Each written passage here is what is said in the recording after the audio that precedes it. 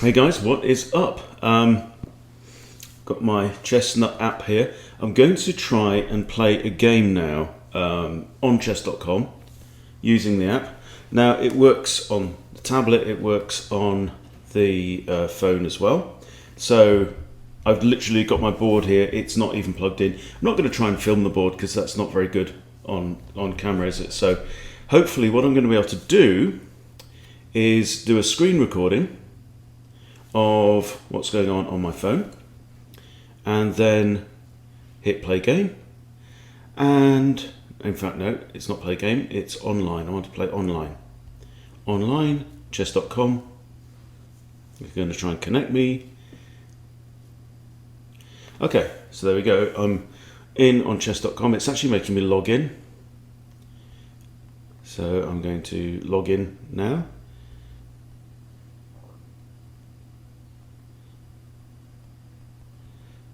Remember my password, hopefully. Yee!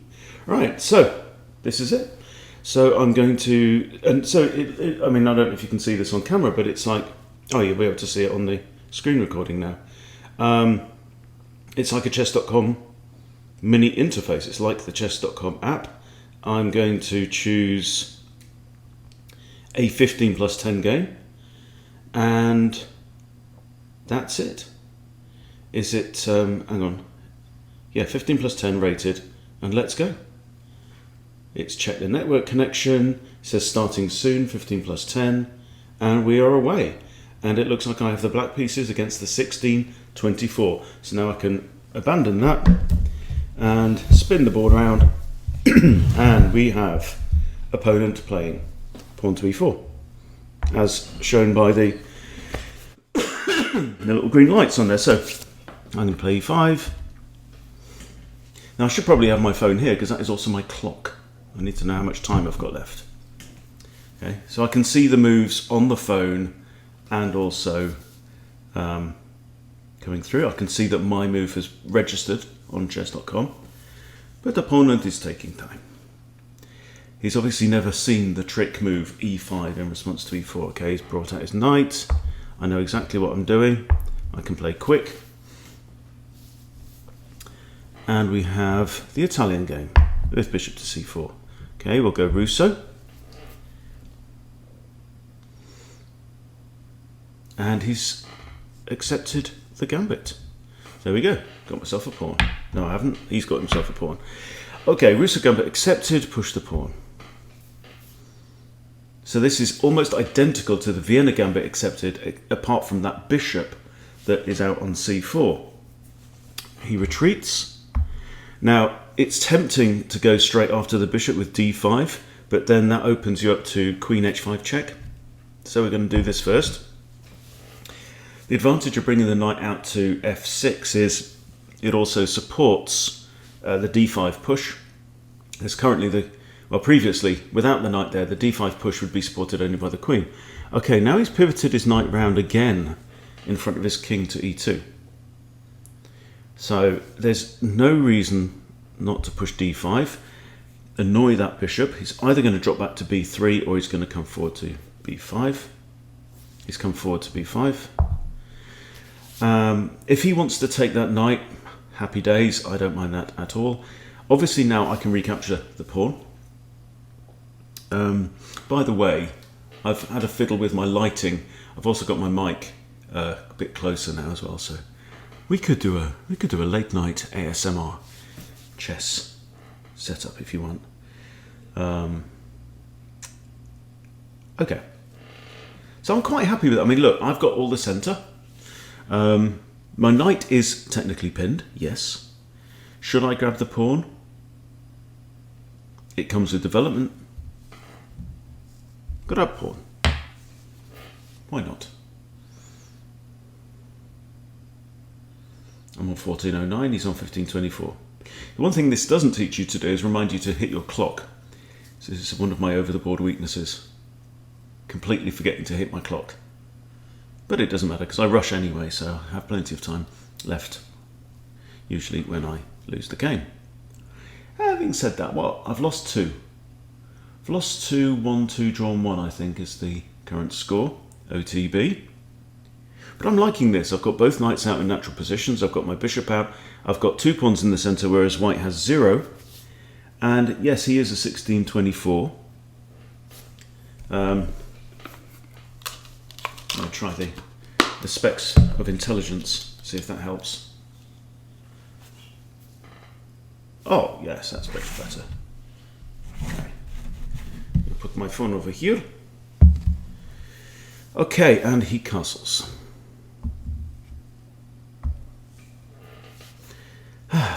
This is great.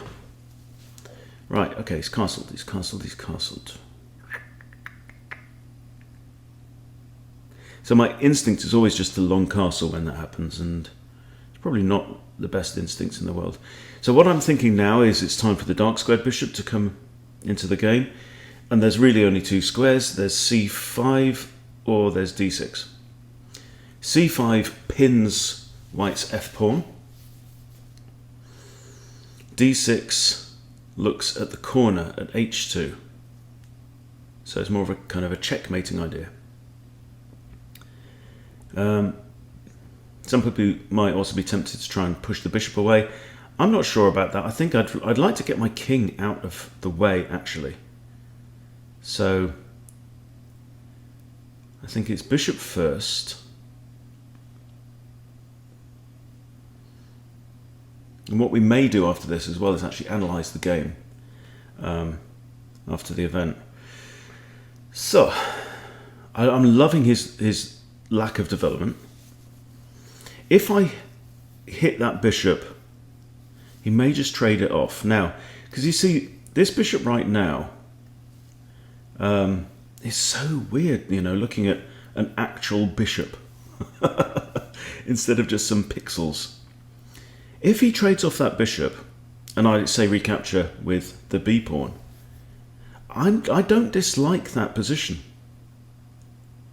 Because yes, it means I'm going to have like a light squared pawn chain, and I have a light squared bishop. But on the other hand, my light squared bishop, you know, my pawn chain is pointing towards his king, right? Not the end of the world. However, it feels like he's giving up a much more compromised piece. Yeah, my light square bishop isn't going to be bad, but it's not going to be great either. And the thing you have to remember is these pawns in the middle are likely to change. They're not going to survive the whole game on those squares, right? So the bishops will have other ideas. So I'm going to go back to my original plan. I think that h7, h6, kicking the bishop, whether it retreats or trades, it doesn't really improve things too much. So I'm going to play bishop d6 in this case, and then we will check that move afterwards. Okay, so you hear that little beep. We have a trade. Okay, so clearly I recapture with a pawn.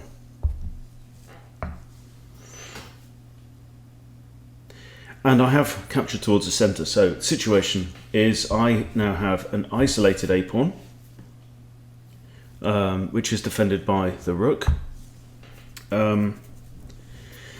But I have 2 c-pawns, right? And that really helps to support my centre. So if he tries to like trade d-pawn, for example, I'm just going to castle here. Looks totally natural. Yeah, if he comes after my d-pawn, I can replace it, and I still have a spare c-pawn to support that d-pawn again. That's what I like about capturing towards the centre. Okay, we have knight g3. Excuse me. Having a look at my light square bishop now.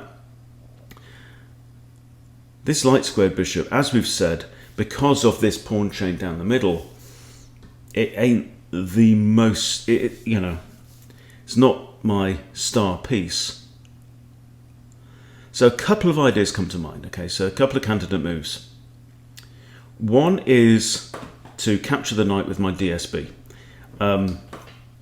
He would then probably recapture with the f-pawn, opening up his rook. Then the rook would be staring at my light squared bishop. Don't see a huge need to encourage that.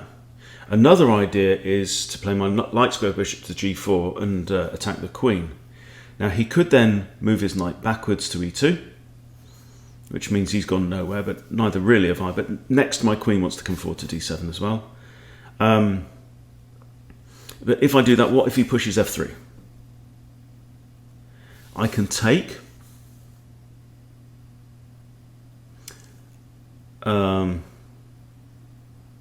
Yeah, and then, so if my bishop's on g4, he pushes that, I take. He can't really recapture with the rook or the queen, he's just going to lose material. So I don't think there's anything, I don't think he can really push f3 in that case. So I kind of like that idea. Another idea is queen d7 now, then if he wants to trade he can, but I'm going to go for this one. And the phone reacts instantly. That's really cool.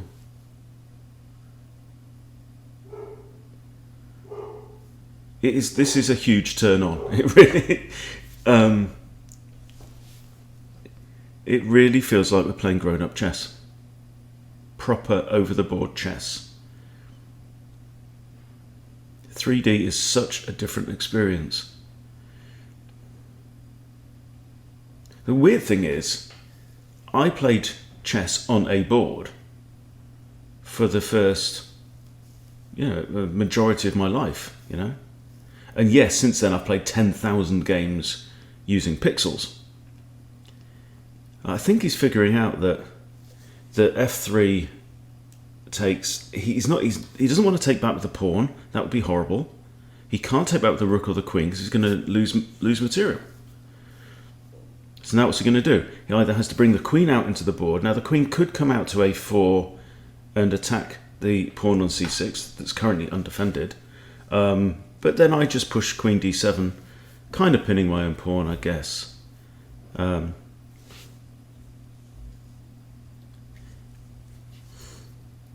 could I even just push the pawn up? If queen a4, c5. I don't really want to, it's doing a job supporting d5, but...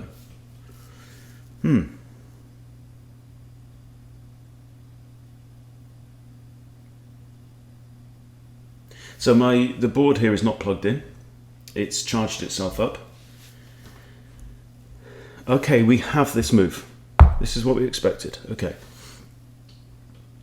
So the knight can't defend. I can retreat my bishop to d7, then with a potential discovery. I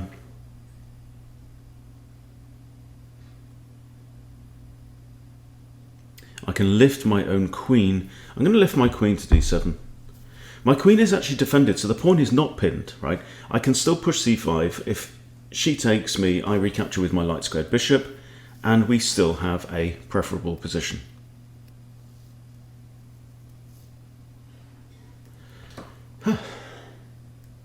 Fascinating. So he's on 13 minutes now, I'm on 9.5. But we are, I think, slightly better. The queen now can't go back to d1. Where's she going to go? Well, she doesn't have to go anywhere. She can stay where she is.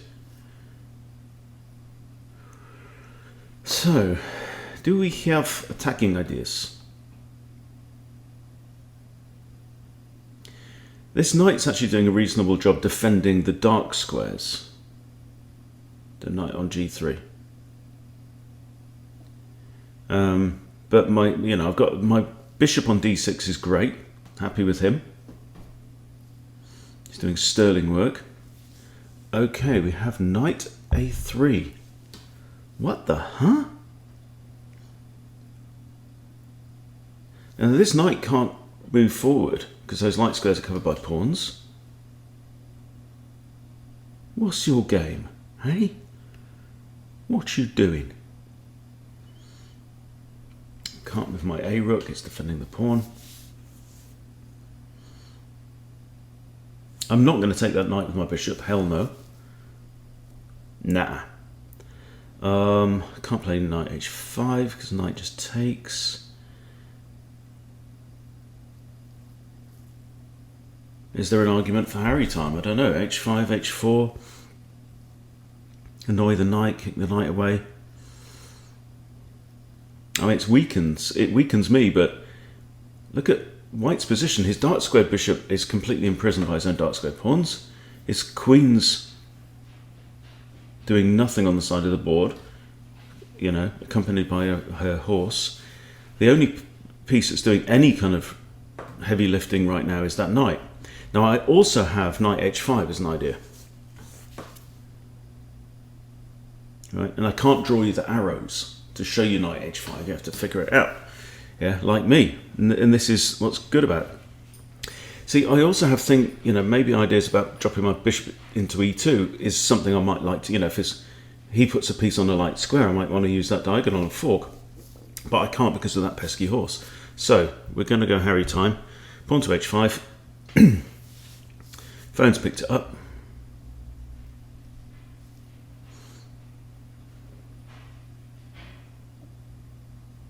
This feels like a very nice coordinated position.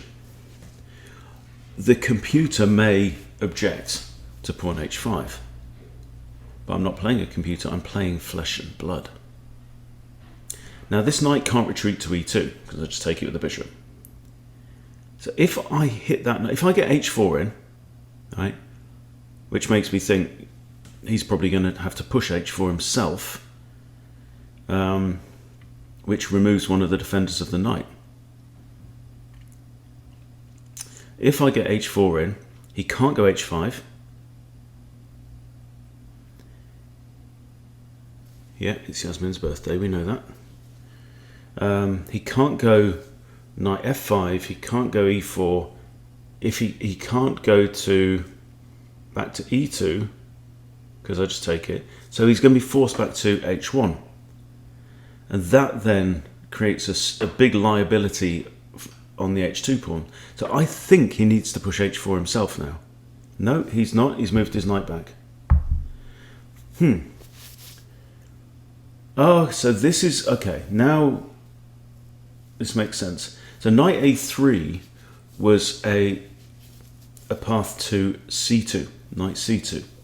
And now he's on a light square, he's looking at coming in on the dark squares. So where does he want to come? Does he want to come to e3 and hit my bishop?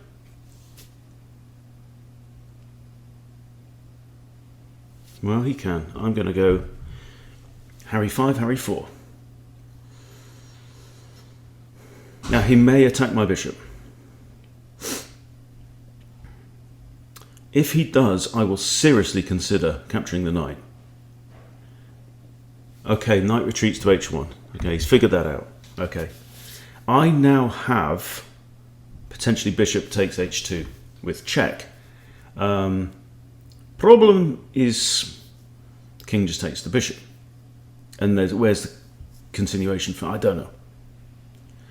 I also have bishop e2, a forcing move, attacks the rook. Rook will then be forced to e1.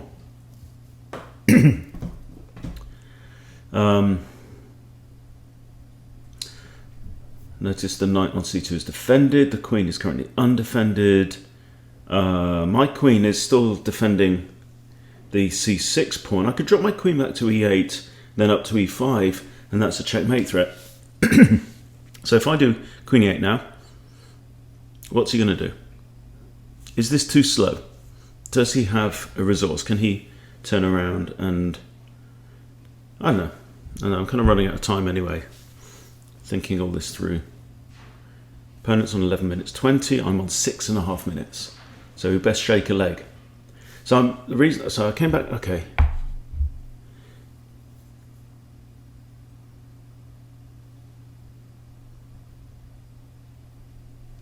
Okay, queen e5.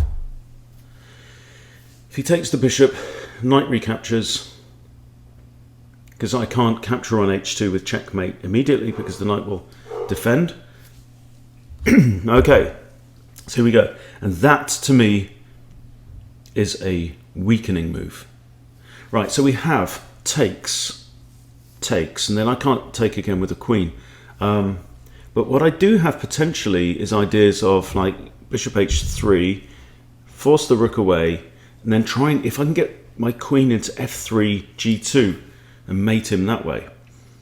I'm in no rush to capture that g3 pawn. Okay, he's moved to the side. Right, Shadoub. Alright. Alright. So my route into the checkmate is potentially queen h5, queen f3. But the knight actually defends the checkmate, which vexes me. How about bishop c5? Bishop c5 and threaten to eliminate this knight. Because I'm not going to be checkmating on h2 anytime soon, am I? Right, but notice my pawn is also hanging on c6. The question is, I don't know, do I drop my queen back and defend it? Feels critical now. I'm going to take the pawn for now, right? Because I'm on 5.5 minutes now. I'm threatening g takes h2 checkmate, actually, by the look of it. So he's got to recapture the pawn. And is it going to be h takes? No. F takes. Slightly surprised at that.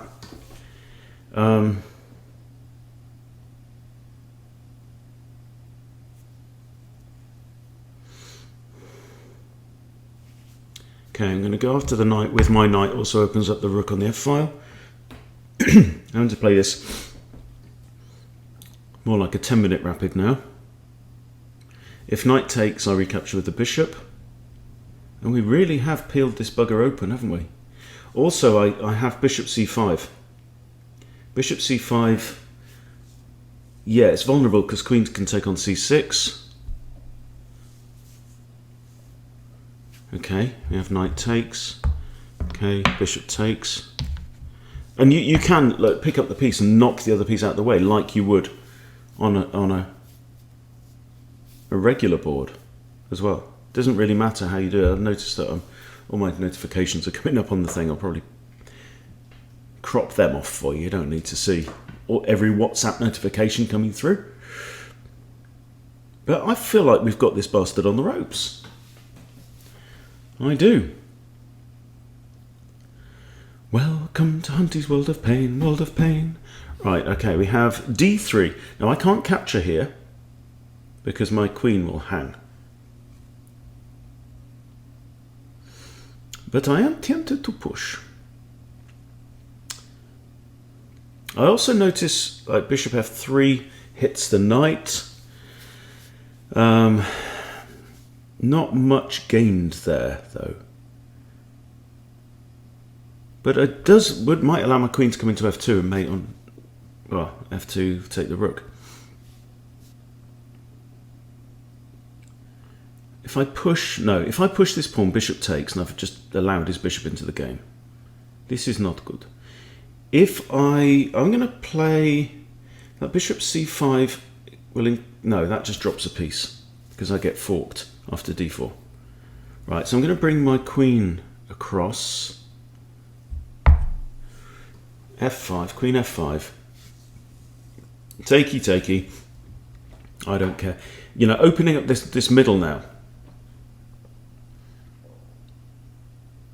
It kind of it improves things for both of us, I guess. Maybe I should play my rook over to e8.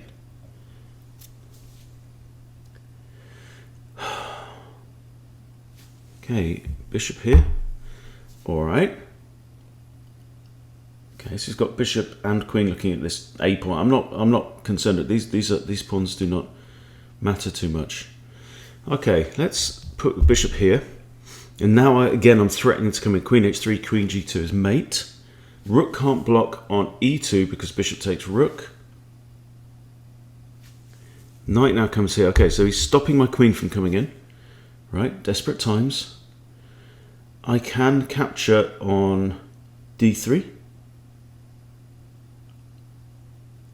Also, if I move my bishop, no.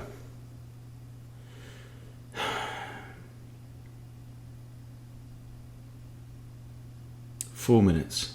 Plenty of time. Right, I want to get rid of his bishop.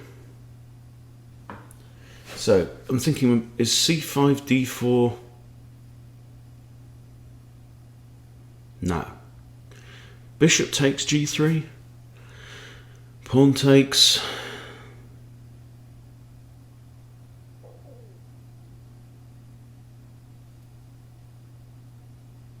This is possible. My computer screen just went off. How do I get rid of this knight? I'm thinking of the bishop sack on g3, but still then I can't checkmate on h1 or h3. That knight is doing too good a job there. So I'm going to move my queen over to h5 anyway, with the idea of maybe eliminating the knight somehow. Can't sack on g3 with the bishop, because pawn takes and the knight's covering h1, right? If I can move my bishop, I could trade my rook for that knight.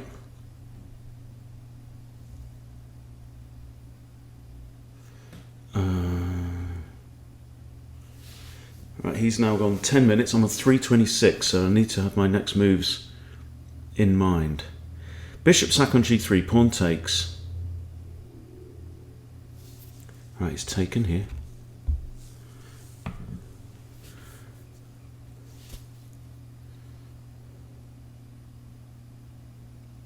I think I'll just take back and shore up my own bishop.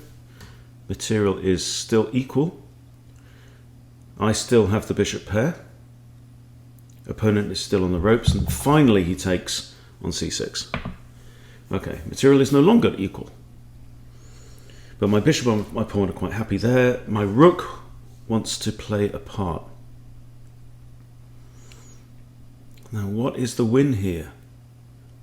Can I sack my bishop? Pawn takes.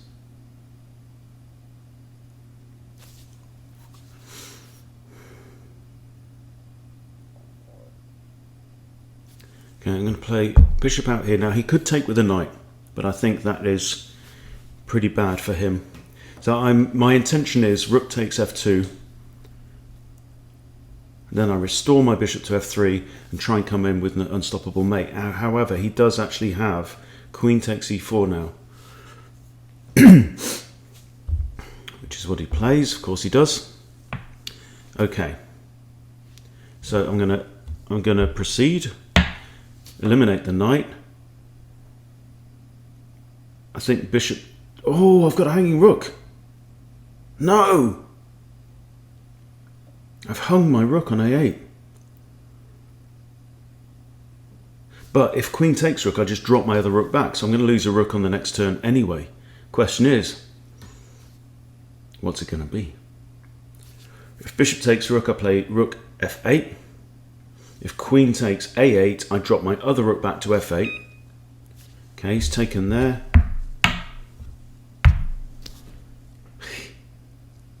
There's a kind of physical dynamism that you get with this. Now, okay, queen comes back here. Wow. Okay, I attack queen. Bishop f3.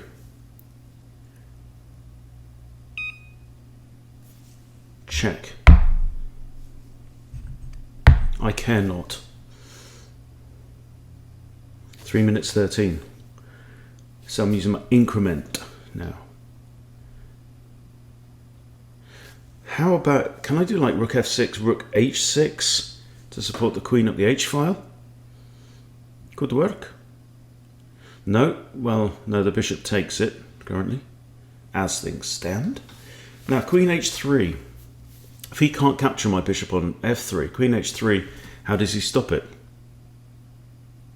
How does he stop queen g2 mate? The only move is rook e2, giving up the whole rook. I do believe.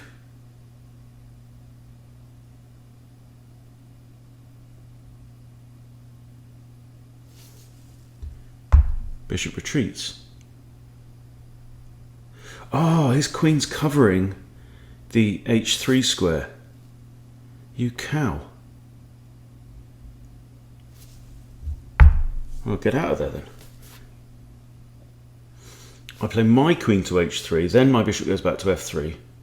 So he has to put his queen somewhere where it can attack my bishop, but it can't be d5. It would have to be d3, but the queen can't get to d3. Yeah, so it can't be on the long light square diagonal, it can't be on the f-file. Okay, so you go here. I go here. Then bishop f3 supported now by the rook.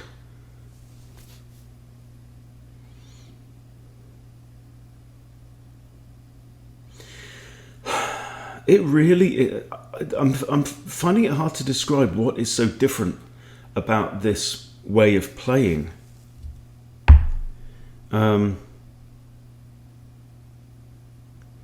Sax bishop, I don't know.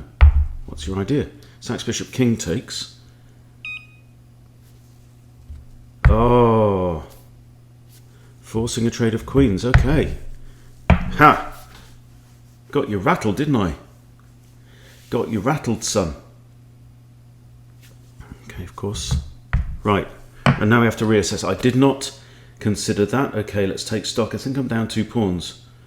Am I? No, I'm not. Oh, it's all a bit weird. Okay, I've got 2 bishops, so I'm down an exchange and 2 pawns. Right, so I want to target h2. Yeah, I think I'm in a worse position, actually. I'm in a worse position now. Yeah. King f2.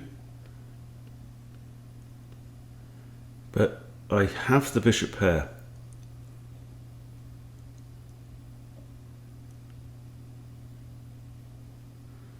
How does he defend that? Oh, okay, he's got bishop f2. King f2 is not good because king f2 falls into a discovered check. But then he can... Oh no, the rook's defended by the bishop, actually, so... Yeah. But king f2, there's actually nothing on light square that I can attack, so the discovered check doesn't really have teeth. Network unstable. Well, there we go. Uh-huh.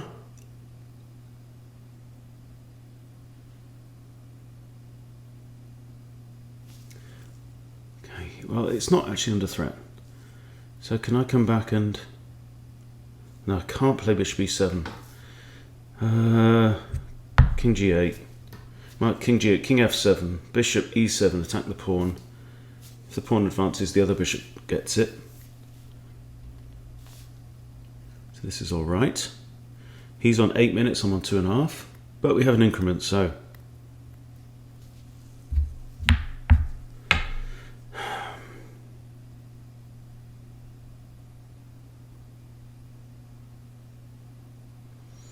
Now, if this bishop leaves that diagonal, I have like bishop c5 with a pin on his rook. I think I'm just going to bring my bishop back for now. Yeah, it was doing a job preventing h5, pawn to h5. Now his pawn is en prise, so these bishops side by side doing a nice job slicing through there. I think the big thing, I just missed that, because I have my king and my queen both on the h-file, my opponent could force the trade off and just simplify. So then it comes down to, that's the end of my attack because queenie's gone, and now it, you know, the balance now swings in his favour because he has the material advantage.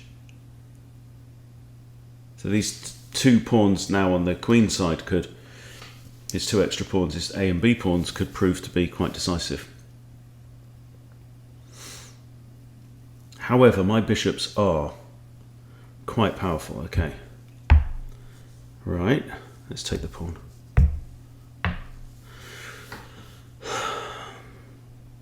And now I'm threatening rook takes h2 or bishop takes h2, actually. Okay, we have h3. Let's go after it. Nice square for my bishop, that.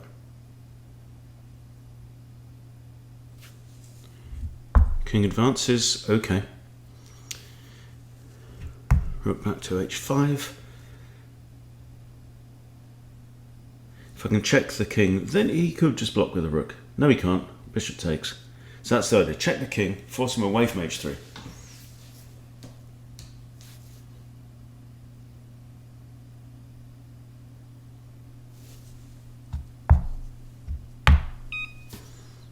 Beep, check. It's not the scariest kind of alarm call, is it really? Meep. Check. King here. Ah, now I can't take... No, I can. No, I can't. Can't take stupid pawn.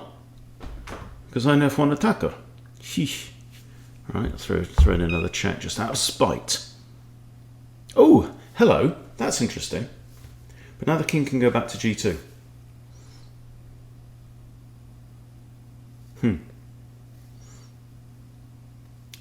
But we may find ourselves... Oh, no. That was poor. That was poor. Right. That, my friends, is a resignable position. I'm down a full rook. Okay. So this is all good. So how do we do this? Resign. Do you want to resign? Yes. Wow. Okay, interesting. Well, I think that's enough for that video. I am giddy about playing with a physical board. I can't describe why it's better. Am I playing better? Don't know. Don't care. Am I developing my skills at OTB chess? Definitely. And that will do it for me. I think my opponent played well, but you know, playing a 1600, I'm quite happy with that. I've held my own there, but that will do it. And I'm excited to review this, but I might use this as an example for my next Grommet system video that I've promised you guys. So, and the point of that is that what we're going to do is we're going to incorporate the notes on what, you know, what was I thinking, what was my perception of what's critical on the board at each move, what candidate moves did I consider, and then what did I choose, right? And what we're going to do then is we're going to use that to say, well, what was it that I missed? Did I miss what was actually critical on the board? Did I miscalculate? Was there a candidate move that I never considered, right? Because I have this on video now, and normally I would have to, you know, write notes as we go, but I can review this video and then we can analyze using that process. So watch this space. I'll see you very soon.